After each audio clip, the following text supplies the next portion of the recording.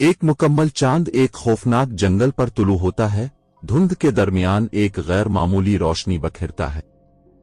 एक बरतानवी सिपाही अपने 18वीं सदी के यूनिफॉर्म में मलबूस तारीक जंगल में गश्त करता है। इसकी आंखें चौकनी और हर तरफ देखती हैं।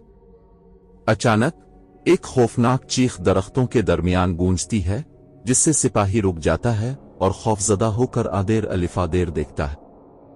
अंधेरे में दो चमकती हुई खौफनाक आंखें नमूदार होती हैं और चंद लम्हों में एक खौफनाक भेड़िया सिपाही पर हमला करता है।